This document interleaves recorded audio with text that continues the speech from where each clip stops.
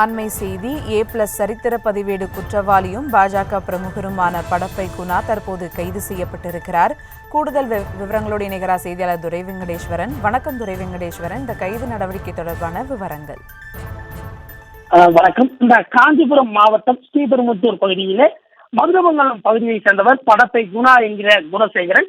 இவர் மீது இந்த கொலை முயற்சி, அதே போன்று அடிதடி உள்ளிட்ட 58 வழக்குகளுக்கும் மேலாக நிலுவையில் இருந்து வரக்கூடிய A+ கேட்டகரி ரவுடி. இவர் மீது இந்த காஞ்சிபுரம் மட்டுமின்றி செங்கல்பட்டு, அதே போன்று திருவள்ளூர் ஆகிய பகுதிகளிலும் இந்த கட்ட பஞ்சாயத்து, அடிதடி, அதே போன்று சிறு குறு தொழிற்சாலைகள் அல்லது நிறுவனங்களை மிரட்டுவது, குறிப்பாக இந்த ஸ்ரீபெரும்புத்தூர் சுற்றியுள்ள பகுதிகளிலே இந்த தொழிற்சாலைகளிலும் தொழிலதிபர்களையும் மிரட்டி மாமூல் பெற்றதாக தொடர்ந்து குற்றச்சாட்டுகளானது எழுந்து வருவதை கடந்த 2022ஆம் ஆண்டு வெள்ளந்துறை தலைமையிலான போலீசார் அவரை படப்பை குணாவை தேடி வந்த நிலையில் கைதாப்பேட்டை நீதிமன்றத்திலே சரணடைந்த படப்பை குணா மீது சிறையில் அடைக்கப்பட்டனர். அதனைத் தொடர்ந்து அவர் மீது குண்டர் சட்டமும் பாய்ந்திருந்தது. இதனை அடுத்து சிறையிலிருந்து ஜாமீனில் வெளிவந்த அந்த படப்பை குணா பாஜகவிலே இணைந்து அவருக்கு காஞ்சிபுரம் மாவட்ட OBC அணியின் தலைவராகவும் பதவி வகித்து வந்தவர்.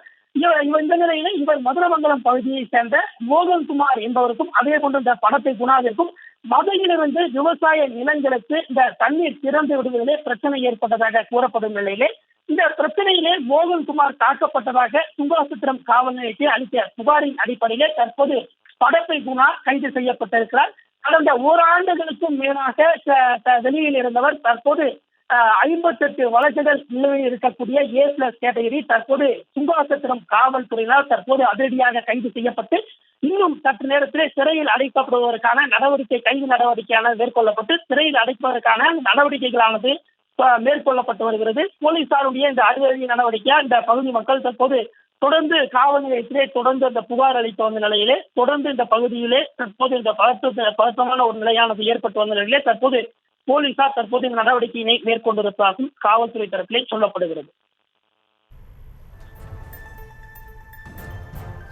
விவரங்களுக்கு நன்றி துரை வெங்கடேஸ்வரன்.